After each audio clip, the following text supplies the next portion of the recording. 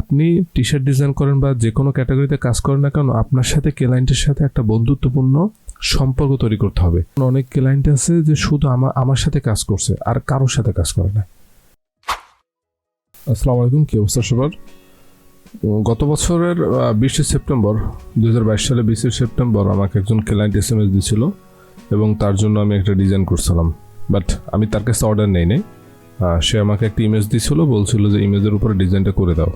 But আসলে ডিজাইনের কিছু না, বাট একটা সৌন্দর্য বা টি শার্ট ডিজাইনের জন্য ফাইলটা রেডি করা এমন একটা কিছু। তোর জন্য আমি এই কাজটা করছিলাম। এই কাজটা করার পরে ওরে আমি SMS দিয়ে রাখছিলাম ডিজাইনটা, বাট ও আমাকে আর SMS দেয় নাই, অ্যান্সার দেয় নাই। আর দেখা যাচ্ছে কি ও ঠিক এক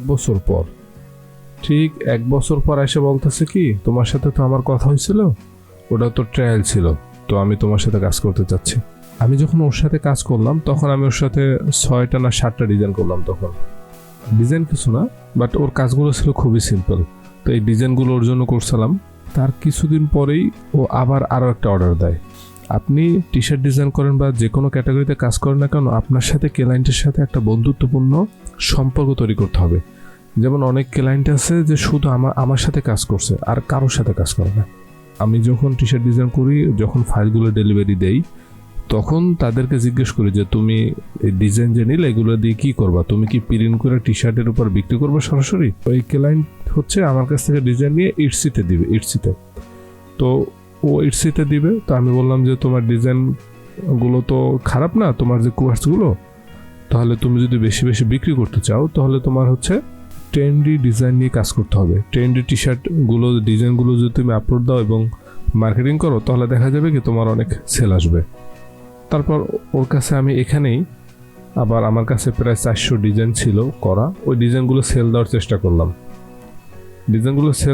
করলাম। ও মোটামুটি রাজিও, বাট আমি যে প্রাইস রেঞ্জটা বললাম ওইটা রাজি হইতেছে না। তো যেহেতু এত কম প্রাইসে তো আর ডিজাইন দেওয়া সম্ভব না, তখন ও বললো যে আচ্ছা ঠিক আছে, তাহলে আমি পরে নিব তোমার কাছ থেকে। এভাবে এখন আমি ওর কাছে, দেখেন, আমি টি শার্ট ডিজাইন সেল দিয়ে কিন্তু বসে থাকি না। আমি চেষ্টা করলাম ওর কাছে আর কি সেল দেওয়া যায়। তখন আমি বললাম যে তোমার ইটসি স্টোরটা দাও, আমি একটু ঘুরে দেখি কেমন দেখায়। ইটসি স্টোরটা দেওয়ার পরে তখন ব্যানারটা এত সুন্দর ছিল না।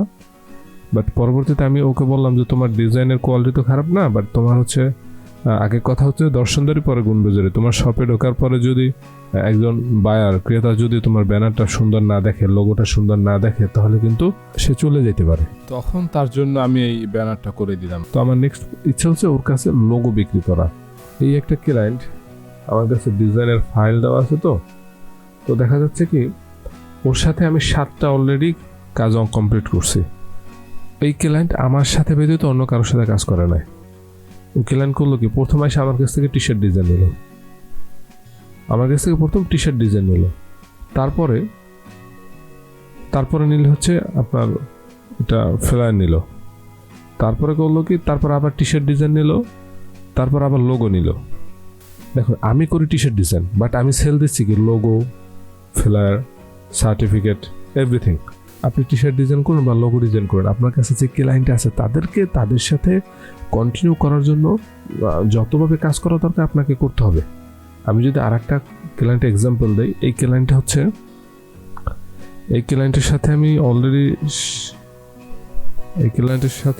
7টা অর্ডার কমপ্লিট করছিলাম সম্ভবত। হ্যাঁ, 7টা অর্ডার কমপ্লিট করছি। এই ক্লায়েন্ট আমার জন্য একটা লাকি ক্লায়েন্ট ছিল। আমি যখন নতুন ফাইবার অ্যাকাউন্ট করি, তার নতুন হঠাৎ করে একজন ক্লায়েন্ট অর্ডার দেয় এবং এই ক্লায়েন্টটা ছিল আমার জন্য দ্বিতীয় ক্লায়েন্টের মাধ্যমেই ধরেন আমি একদমই প্রথম লেভেল 1 সেলার হয়ে যাই। আপনাকে অবশ্যই ক্লায়েন্টদের সাথে ভালো সম্পর্ক গড়ে তুলতে হবে, তাহলে আপনি বারবার তার কাছে বিক্রি করতে পারবেন। তো আজকের ভিডিও এই পর্যন্তই।